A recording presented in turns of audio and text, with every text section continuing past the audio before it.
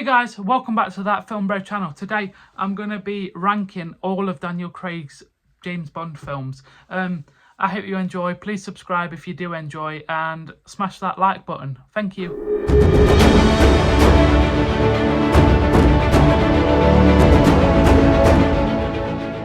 Coming in at number 5 is Casino Royale. For me, this is not as enjoyable as the others. It has its moments. It's really hard to watch when he's been like tied up and they're whipping his ballsack underneath the chair, which makes it a good film because it's so hard to watch. But as far as the James Bond films go, I don't think this was as good as the last one, because obviously Pierce Brosnan's last one was Casino Royale as well, but I think his was better than this one, and obviously it leads into Pierce Brosnan's leads into Daniel Craig's. But to say it's Daniel Craig's first film, he does a great job of Bond, and he slides straight into that character, which a lot of people don't do for the first of franchises, but he does. And it's great to see him in this role, because a lot of people didn't think he would do this role well, just because he was blonde, which I didn't really get. And obviously Judi Dench's M is great. All throughout is great. And obviously Daniel Craig keeps his performance up throughout. And we obviously get a sense that this new franchise of his Bond films isn't just going to be about him sleeping with women in bed, which I really like, that they've developed this character to be almost modern day, which I think is brilliant. But yeah, that's why Casino Royale is at number 6. At number 5, we have The Quantum of Solace. I did enjoy this film. It's also got a world record for the biggest set explosions, I think, because of the big explosion at the end. It's also on every poster ever of this film. And as I always say, I do enjoy all of these films because I just enjoy films. However, this is at number 5 because it's a bit more enjoyable than Casino Royale.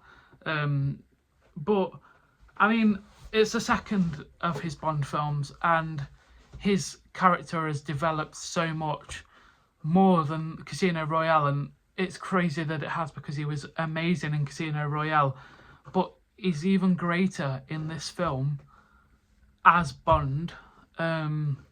So that is a big reason, and obviously we get a sense in this one even more so that it's not just going to be about getting in bed with women, which again I really like. But yeah, there's great action sequences, great actors, great director. So that's why it's in number 5. At number 3, we have Spectre. Now, I did enjoy this film, as I say, I enjoyed all of them. But I think Daniel Craig's performance goes back a bit in this film, which I didn't enjoy so much. But I like all of the training he does in it, and all of the action sequences are obviously amazing because they all are in a James Bond film.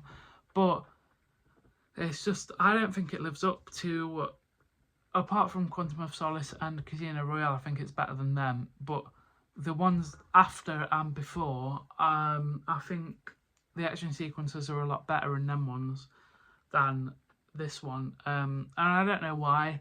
Some of the car chases aren't the best. Well, I don't know if there is any, to be fair. But that's why Spectre is at number 3. At number 2, we have No Time to Die. I really enjoyed this film, and it was really the one that introduced me to this franchise, because I went to see it at the cinema with my grandparents because they love it. But I really enjoyed this film. The song by Billie Eilish adds to it in the credits, and it really sets up him dying at the end from the start. And obviously we don't think it's going to happen because he's never died before, but he does. And I think that's a massive twist, that everyone thought he just wasn't going to die, but he does. And him retiring at the start, and this new woman taking the 007 place, if they set it up like that for another film and a woman was 007, I wouldn't mind that, because they're not James Bond. But I really enjoyed all of that. The whole of like the first few sequences I really liked. That first sequence when he's in a different country and he's like chasing someone on his bike and stuff is blowing up everywhere, and when he goes to that graveyard and it blows up, I really like that scene because it really shows James Bond's aspects again, especially for his final film, and his performance as Bond just goes the full way this time, and it's just amazing. Rami Malek as the villain is great. He embodies this villain, and we all know he's a great actor from Bohemian Rhapsody, but honestly this is probably one of the best films I've seen him in, and I really like Rami Malek, so that really adds to my enjoyment of this film. So that's why No Time to Die is at number 2. At number 1, we have Skyfall. It was obviously going to be number 1. Everything about this is just the best one. His performance as Bond, the Skyfall song by Adele is great. Everything in this film is great. The action sequences, the fact that we think he might die in this film when he gets shot at the start of the train. So every aspect of this, the sound, the virtual effects, the real life effects, are absolutely great, and I really enjoy his portrayal of Bond in this film, especially compared to the others. There's more of like a personal story, and we learn a lot about Bond in this film, where he grew up, what he did when he was growing up, and I really like it for that stuff, because you want to know a bit about the character sometimes, and this was the perfect time to, in the middle of his films. So yeah, that is why I really enjoyed this film, and that's why Skyfall's at number 1, because it's just absolutely great.